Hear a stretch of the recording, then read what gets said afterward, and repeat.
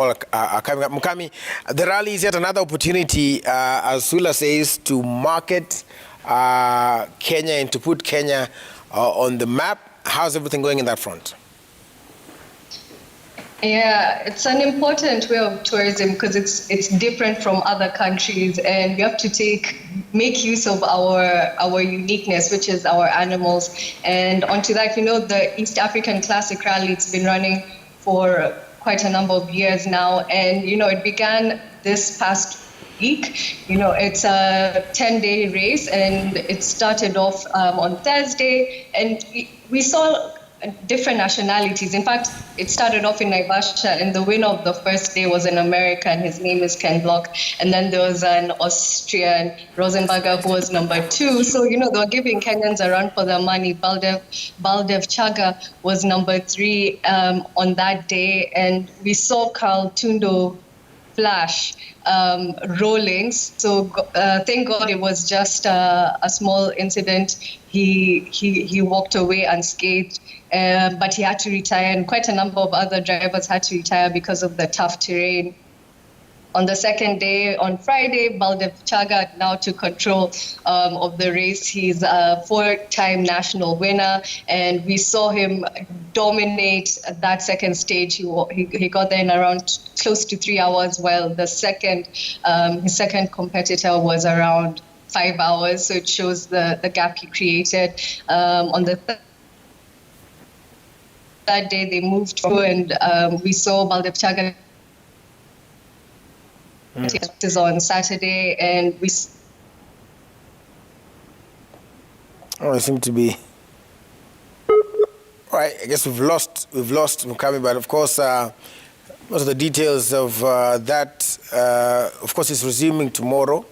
The rally is resuming tomorrow, and they're going to be in action. Of course, our team is going to be covering that for you, so you can be able to catch that and more on our subsequent bulletins. I want to talk about very quickly here the Kenya Cup, which I think is probably the only reason why Arocho could be smiling in terms of KCB. They won Menengai. Of course, not improving their standing because Kabras bado wako pale juu. But what did you think about the Kenya Cup performances? Well, it's obvious. It's obvious the kind of investment that the bank has put in the rugby team is quite immense. Look at the fact that the Kenya national team, the kind of players that are coming from the bank. For me, I think KCB just. We are lacking the kind of competition, if you ask me, that we need so that it can give us a push. I remember, is it 2 or 3 seasons ago, we went for some camping in South Africa, just to give us a different feel of what's happening. The KCB rugby team, once again, I'm going to say this. That one is no problem for us. Our problems are but, so do you think, because I think... I know Swila will challenge me. No, okay, because I think it is what, 45 and 40 points? Yes.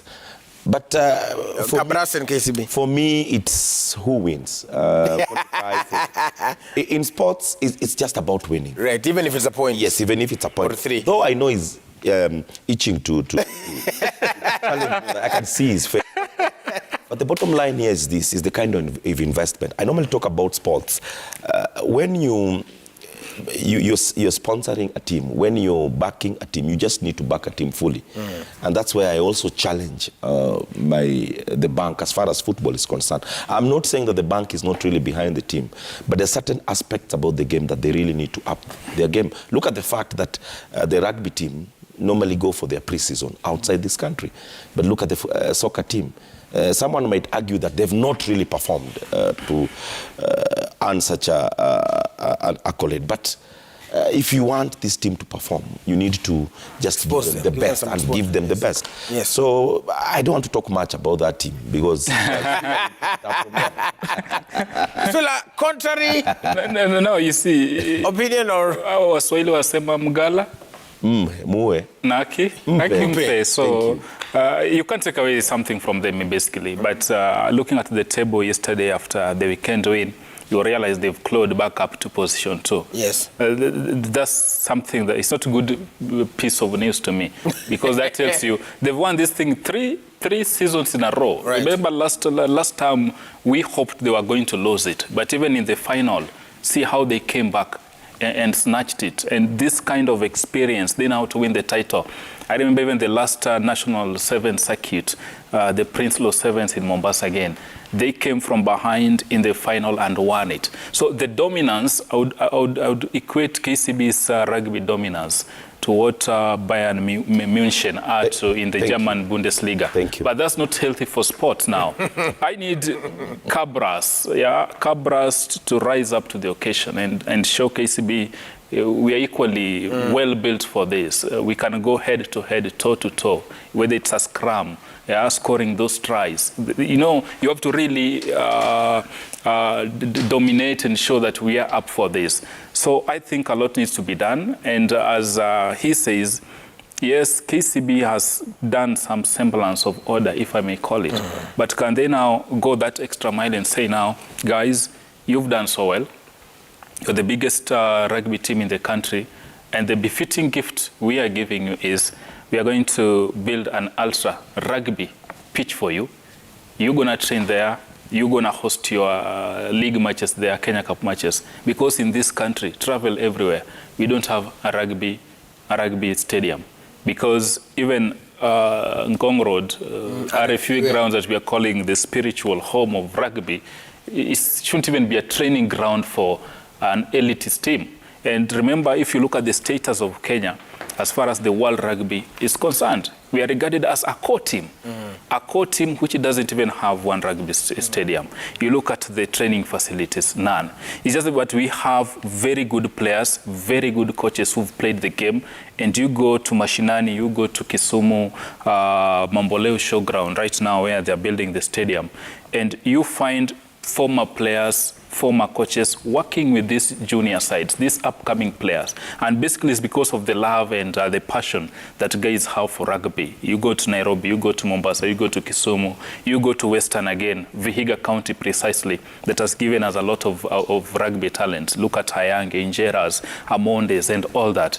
But if we are looking at the facilities and the systems that should allow talent to seamlessly flourish, there is none. So to me, that's a very big shame because... And do you think it's, sorry to cut you short, sorry, but do you think it's, and Horace will also answer this, so the corporates are okay to invest in clubs, and that's great, and we've always talked about how sports generally is, if you don't have the money, Horace's philosophy, stay away.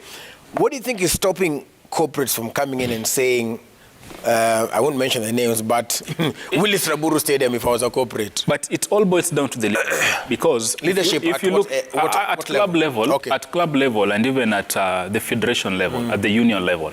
Because if you look at KCB today, if we partner, Rocho says, Swila, you are the president of this club, but I'm coming with my bank as shirt sponsor.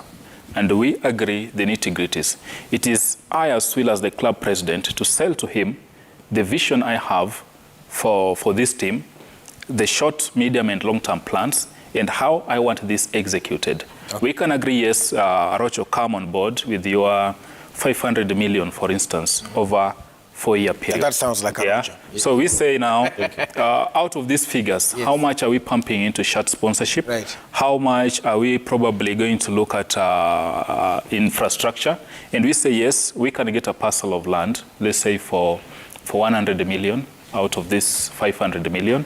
Then now we start developing it in a 10-year plan. We want in 8 years, we should have this project up and running. Look worldwide, world over, how Emirates was built. It's not something you do within 2 years. Yeah, you must put in place that strategic plan. That's what our club leadership lacks. That's what our football rugby managers lack. Because today, for a corporate sponsor, all I want is mileage. Yeah, but for the growth and the posterity and the longevity of the team, it's the club leadership that should drive that. So because Stanbic will say, Stanbic Mwamba, we're coming, we're getting our mileage. That's all we need to, yeah? During training, the pitch banner, we want our posters there. During live matches, we want our banner there. so that the TV cameras can pick it and beam it out. But now, if we lack that ambitious leadership who have clear plans, they never grow. And that's why you see our rugby has attracted top coaches. Mike Friday was here. This is an elitist coach. Yeah, you look at all the coaches we've had. And interestingly, these are coaches who are coming to coach Kenya because they know our strength in the sevens. That's Shujaa. But if you look at the infrastructure, it's zero. Well, I beg to differ. I beg to differ, with Swila on this. Why am I differing? I think I'm looking at it from another angle. I'm looking at it from who is the main stakeholder of sports in a country. For me, it's the government. I'm picking on the government because look at the fact that, for example, Nyayo Stadium, about 7 or 8 years ago, there's a company that wanted to pick Nyayo Stadium, brand it, and give it a facelift. It was a soda company. Yes, what happened? The politics of the country destroyed that idea. I think it's something that needs to have some goodwill from the government. That's true, Arosho, but also remember, that's true, government has a big role to play, the number one sponsor, as you say. But again, these clubs, most of them are private entities. So if we really say this is a private club and I'm going to wait for the government to pump in or do this, we'll wait till kingdom come. And that's why in the UK, or look at any developed nation, Arsenal is a private club, for instance. They built Emirates through these ventures. Manchester United is a private club, yeah? But now if you look at the National Stadium, for instance, Wembley, that's now a government facility. Well, but now the goodwill has to be there. I'm just with you, Swila, on this, but I just wanted to flip it so that we can see it from a broader perspective. Yes, clubs are entitled to a blame because these are the guys who have been given that mandate to turn around these clubs. Yes, I'll support Swila, but the government, once again, I'm on the government, and for me, it's about Nyayo Stadium. What happened? It was a shame that a corporate comes in, wants to pump in millions into. In fact, they were really surprised. They did 3 stadiums in Africa. Kenya was highlighted as one of the stadiums, Nyayo Stadium. But they were surprised that we are coming to give your stadium a facelift. We are giving you money, yet you don't want. Surely, they couldn't really comprehend that. But all said and done, I think it's a collective responsibility for all of us, even us as the media. We need also to come out and make sure that we shout the way we normally shout on this show, to make sure that we keep these people on toes. Because I wish that Nyayo Stadium idea was happening now. It could have not really gone down because we could have shouted from the top of the hills to make sure that people understand that it's not politics, because politics killed that idea. Right. But look at it, Arocho, even the Nyayo you're talking, look at the facelift. To me, it's an eyesore. If you're driving along Uhuru Highway, you point somebody, maybe a foreigner, and say, look, this is a national stadium. And in fact, it's going to be even worse because it's called what? The super highway is just passing above, so people can see. So people will see. First of all, Nyayo Stadium doesn't have a canopy. It doesn't have floodlights. Yeah. We cannot play soccer at night. And surprisingly, we had floodlights. And that's why I have a problem with the outgoing, the PS who was there, Kaberia, because he handled that thing. Where is our floodlights? We had floodlights. We have a facelift. Now we don't have floodlights. We don't even have a PA system. And that's why it can't host tough matches. It can't host anything. Yeah. So it can only host. And billions have been pumped into renovation. That is the problem.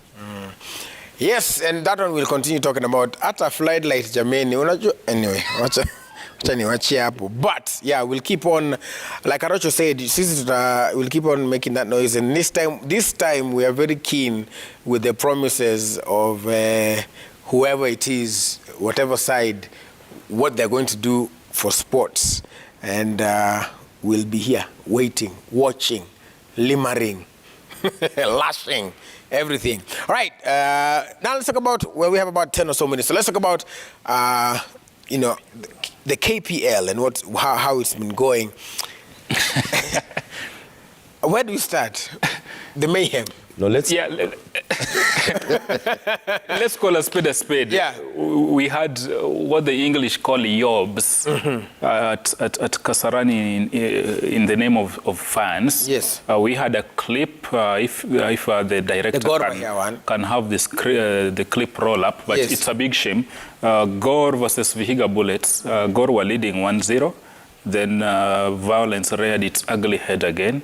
Whatever happened between the steward and the fan, then of course the club founder or owner ordering the players not to return to the pitch for the second half. Yes. It's a big shame, and I thought we'd come out of this many days when matches would be called off due to hooliganism, yes. Due to violence. Look at it. This is quite a big shame. It shouldn't be happening this era and age, honestly. When our football is an all-time low, or the sponsors have pulled out. Sponsors are watching. Fans, and again, there's no money flowing in. There's a lot of uncertainty regarding the fate of this league. Then you have such kind of developments. Honestly, it doesn't augur well for our football. It's totally uncalled for. It's a big shame, and this needs to be condemned. We can't bury our heads in the sand and assume this didn't happen. It happened. It's a cake in my view, and it has to be called out. Yes, Arocho. Well, I was at Pumwani grounds. I had an event, and first of all, I'd like to thank Citizen crew, that is Citizen Radio, who came for the event that I was. But what really happened in this match, there's a fan who came into the stadium. In fact, it was an off-pitch incident. It had nothing to do with what was happening on the pitch. There's a fan who had a scuffle with the head security of Gor Mahia, and there was a scuffle. Then somebody hit someone there, and then it spilled over to the pitch. It is so unfortunate. I saw some people trying to blame the caretaker committee, and I think these are just sympathizers of the old regime. This has nothing to do with the caretaker committee. Because look at the fact that who is the home team? Because the security of that match is entirely on the home team. I'm not blaming Gor Mahia as such. For me, this is an isolated case. It is something that happened off the pitch and spilled over. Jaro Soja, I mean, to me, a message with exactly that. Yes. Well, I did my investigation. Yes. It had nothing to do with what was happening to the pitch. Yes. It is so unfortunate that a scuffle that happens off the pitch. In fact, it spills onto the pitch. Well, I can understand Viga players who could not really, because they could not comprehend what was happening. They didn't have information of what was happening. And, the stadium has been categorized. There is zone A, there is zone B and C. The zone that is zone 1, that one is the zone that is basically for the playing unit and the officials. And if you could see, the fans had invaded that zone. So the players were not really they were not sure what was happening. But I also feel that they overdid it. They need to have come back to the pitch, because police officers moved into their dressing room, talked to them. The match commissaire went into their dressing room, told them that, guys, you guys are safe. And secondly, the police station is right in the stadium. So the OCS went there and told them, guys, I am the OCS of this place. The security of this place is entirely on my hands. I have my officers here. Let's go back and play. But I think they had already felt the heat of Gor Mahia, and they knew that something was not, they were not going to pick something out of this. I'm condemning this thing with the strongest term possible. Let's not bring politics into this. There's nothing like the caretaker committee. There's nothing like the former FKF or any other thing. That is the chief steward of Gor Mahia running. He had that scuffle. But all said and done, guys, our soccer is at its lowest. All-time low. We are at our lowest. We don't need to go lower. Surely the fans were in the stadium. You cannot go to zone 1. That one is not your zone. And the fact that the windows were smashed, I think this one will also... Opportunists. Yeah. The sports management, I think they'll have Sports a problem. Kenya, If you remember, Gor Mahia and the FC Leopards have been having some issues. Yeah, sanctions, fines. Yes, yeah. Accessing the stadium because of the fines and sanctions that come with such issues. Once again, gentlemen, I'm against this. Soccer doesn't thrive around such an environment. We need to move to the next level. If there's an issue, we need to address it within the law. And I think if they need to review the footage and they need some help, footage can be made available to them so that they single out the individuals who and take the necessary action. And take the necessary action. Be as it may, regard, yes. Raburu, summary, Mathare United lost 1-3 to Kakamega Homeboys. No news. Wazito fell 1-2 to Sofapaka. Bidco again lost to Talenta 0-1. Gor Mahia, of course, that's suspended. Posta Rangers were mauled 3-1. Just hold on. Posta Rangers were mauled 3-1 by Leopards. Nzoia City Stars a 1-1 draw. And of course, KCB Bandari are sharing the spoils in a barren draw. No, sorry about that. I think there's a team that is so inconsistent in this league. That is Posta Rangers. You thump Gor Mahia 3-0. You play 5 days later, lose against Gor Mahia. Now they've lost against FC Leopards. For me, it's a very inconsistent team. Kudos to FC Leopards. And they are blowing hot and cold. For me, Waswahili wanasema ni mwendo wa mbwa. Akiwa amesimama yuko wima, akitembea ana yumba yumba. FC Leopards needs to get hold of their grip. They need to get hold of it. But you know, for Posta Rangers, Arocho, I'm not taken by surprise because this has been Posta Rangers. Remember the debut season when they came from the second tier, when they beat Gor 3-0 at Nyayo, and Gor fans couldn't take it. You remember that match? Yes, the game was abandoned. Yeah, actually they led the marker. Pascal Ochieng was the skipper then. But since then, they've not really come good of their promises. And Police FC, which Melody Senzore makes a lot of noise about. Yes, yes. Police and Posta have same tendency. Posta was signing everybody in the pretext that Raburu come, we are giving you a job. You're signing between the dotted lines and now you become an employee of Postal Corporation of Kenya. They made that mistake. Went for every player that was available in the market. Changed the coaches. Right now, police again are signing every player available, right? Today, they should be having a groundbreaking ceremony this morning to build their so-called stadium at the CID headquarters. But I foresee police being another Posta Rangers and being Wazito. Remember Wazito when they came and signing all the big names and making us believe that they wanted to take football to the next level. Right now, it's a sorry situation there. They're changing coaches, results are hard to come by, players are disgruntled, transfer window, they offload 10 and so forth. So that's not how to get it. So right. Who is the coach of Posta, of police? Police right now is the young man. The young man who is now taking charge. Remind me of his name. The European. I'm Bobo Gola. Bobo Gola actually is the coach, the legend of Gor. Because, just hold on, good question. Bobo Gola has been the coach. Then what happened? They brought in someone else. Your good friend was brought in to sit in the technical bench as technical director. Yes. And by the way, when that happened, I read some, not sinister motive, but rather tension in the technical bench. Yes. Because when you have Bob John Ogola, a legend through and through, who's brought the team right from down there, he's inculcated his philosophy, he's doing very, very well. Then you say the man was brought to as technical director, my good friend Jacob Ghost, also very decorated. But probably, how will this go down well with Bobby? That's now where the question starts rising. Well, there's more to it. There's more to it. I was at the police match when they played against, when they lost against K-Sharks. Once again, I'm going to say this. Police don't know what exactly they want. That's the point. Because Bobo Gola is a coach here. They brought in some Mzungu guy who was the coach that day. And in fact, after the match, we journalists went for the interview. The Mzungu did not come. I'm sorry, I'm calling him Mzungu because I didn't get his name. But surely, police, you need to put your acts together. They have to get it right because they could not really attack against K-Sharks. K-Sharks won and deservedly won that match. Once again, this is for the Police FC. Don't dissolve the team because I know that's what normally happens when you invest and you don't see the results coming. People around Police FC don't know what they're doing.